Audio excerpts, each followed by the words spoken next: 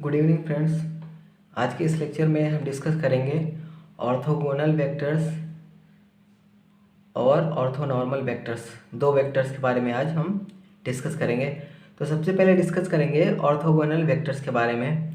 तो orthogonal vectors क्या होता है कि अगर कोई दो वेक्टर्स हैं, ओके, और अगर किसी एक वेक्टर्स का ट्रांसपोज ले लें और उसको दूसरे वेक्टर के साथ मल्टीप्लाई कर दे दोनों वेक्टर को, तो उसकी जो वैल्यू है दोनों वेक्टर की वो ज़ीरो अगर हो जाती है तो क्या होगा, वो ऑर्थोगोनल वेक्टर्स हैं।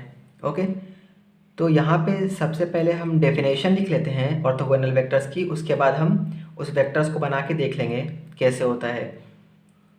Two vectors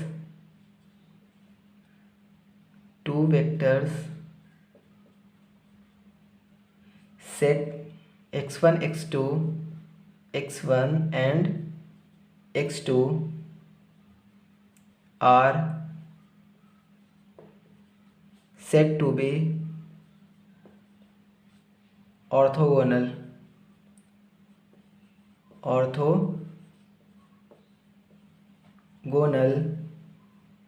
vector if condition क्या है, x1 transpose into x2 equal to zero. ये कंडीशन होनी चाहिए। किसी एक का ट्रांसपोज लें और उससे दूसरे वाले वेक्टर को मल्टीप्लाई करें तो उसकी वैल्यू क्या आनी चाहिए, ज़ीरो आनी चाहिए। जैसे कि एग्जांपल ले लेते हैं, कोई x1 ये वेक्टर है जिसकी वैल्यू है -1 1, एंड एक वेक्टर लेते हैं x2, इसकी वैल्यू है 1 1। तो अब चेक करना है कि ये दोनों वेक्टर ऑर्थोगोनल हैं या नहीं। तो क्या करेंगे, सबसे पहले x1 का ट्रांसपोज ले लेंगे। ओके, x1 का ट्रांसपोज का मतलब क्या है, रो को कॉलम, कॉलम को रो चेंज कर लेंगे। -1 1, ओके। उसके बाद क्या करेंगे, इन दोनों को आपस में मल्टीप्लाई, एक का ट्रांसपोज लेंगे और दूसरे वेक्टर को उसी में मल्टीप्लाई कर देंगे। मतलब x1 ट्रांसपोज इंटू x2, -1 1, ये हो गया हमारा x1 ट्रांसपोज, और x2 लिखेंगे, x2 क्या है 1 1 वेक्टर। तो अब इसको आपस में मल्टीप्लाई करेंगे जब वेक्टर को, तो इस तरीके से इस रो को इस कॉलम पे ऐसे रखेंगे, तो फिर क्या होगा, इसका मल्टीप्लिकेशन इसके साथ -1, इसका मल्टीप्लिकेशन इसके साथ +1, ये टोटल क्या हो गया, ज़ीरो हो गया। मतलब ये दोनों वेक्टर क्या हैं, ऑर्थोगोनल हैं। ओके, तो ये हमारे पास क्या हो गया, ऑर्थोगोनल वेक्टर्स। अब क्या करेंगे, हम ऑर्थो नॉर्मल निकालेंगे। तो अब हम ऑर्थो नॉर्मल निकालने के लिए देखते हैं उसमें क्या क्या कंडीशंस आती है ऑर्थो नॉर्मल्स के लिए। Ortho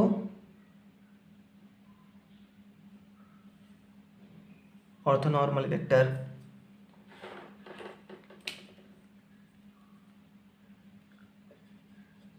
orthonormal vectors.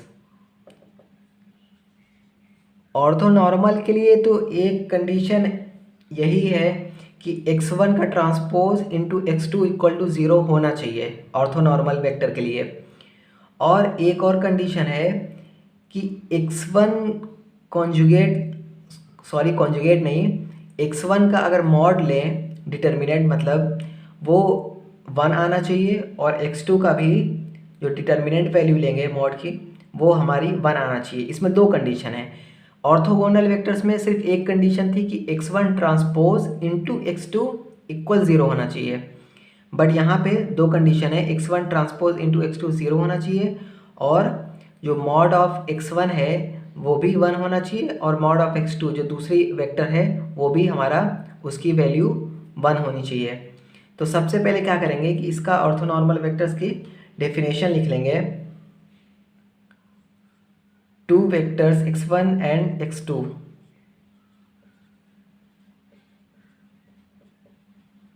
two vectors x1 and x2 are said to be orthonormal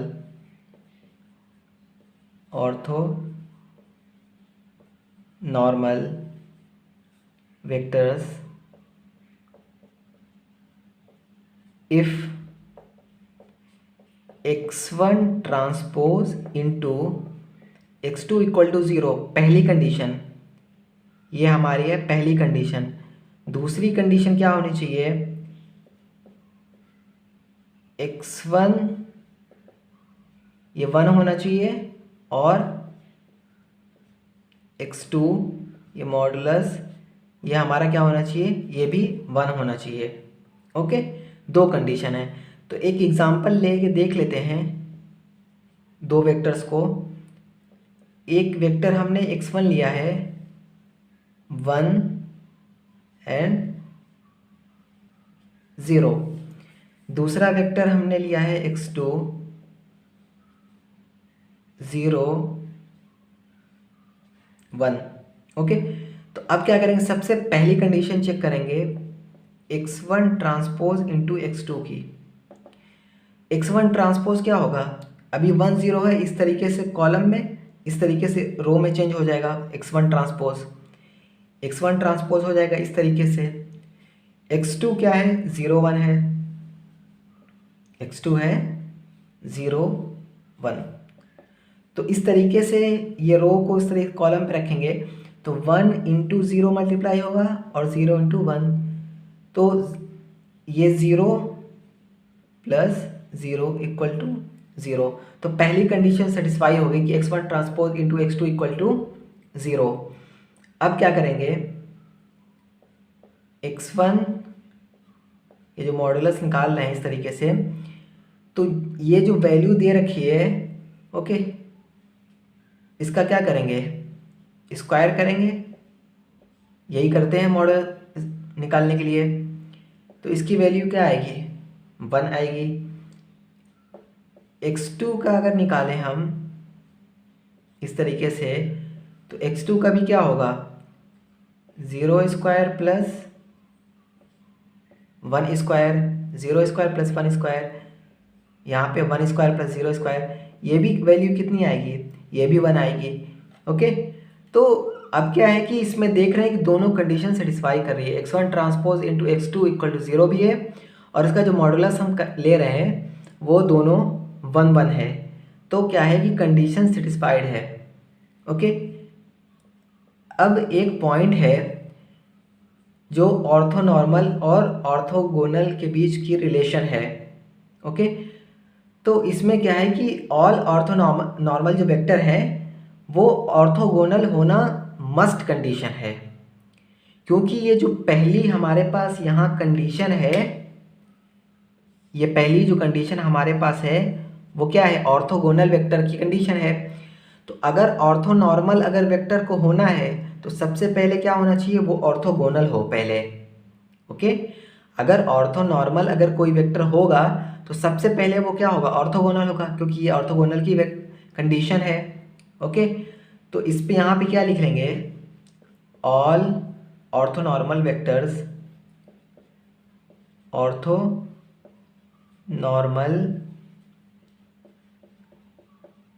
vectors must be orthogonal, orthogonal, क्योंकि ये जो कंडीशन है ये ऑर्थोगोनल की है। और जब ऑर्थोनॉर्मल वेक्टर्स तब तक नहीं होगा जब तक ये कंडीशन पहली वाली सेटिस्फाई ना कर दे।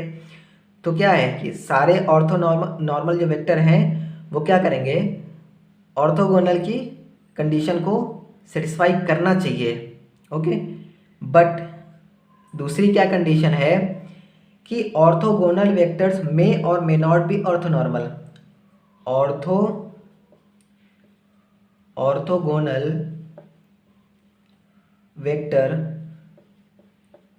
वेक्टर में और may not be orthonormal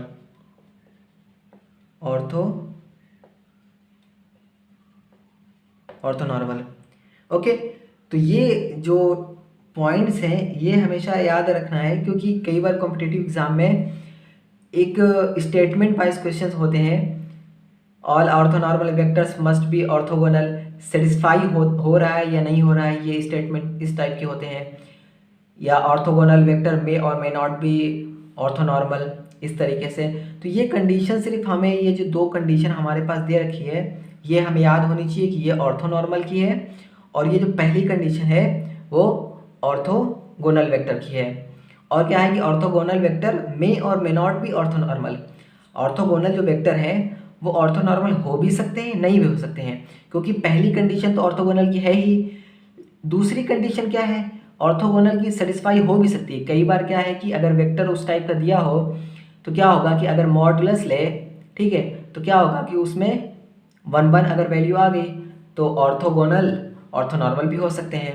but क्या है, ज़रूरी नहीं, कंडीशन हो भी सकती है और नहीं भी हो सकती। बट ऑर्थोनॉर्मल के लिए क्या है, मस्ट कंडीशन है कि वो ऑर्थोगोनल ही होगा। पहली, all orthonormal vectors must be orthogonal. Clear है इतना? तो आज के लिए लेक्चर के लिए इतना ही है, फिर मिलते हैं नेक्स्ट लेक्चर में। अगर वीडियो अच्छी लगे तो please like share and subscribe ज़रूर करें। Thank you.